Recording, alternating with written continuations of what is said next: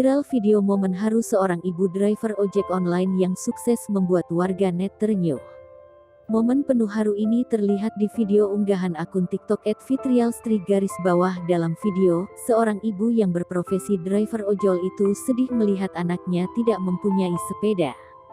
Tak mau menyusahkan suaminya, ia pun bekerja keras untuk membelikan anaknya sepeda. Dalam kondisi hujan dan angin kencang pun dilalui demi membahagiakan buah hatinya. Setelah terkumpul cukup uang dari hasil kerjanya, ia pun membelikan anaknya sepeda.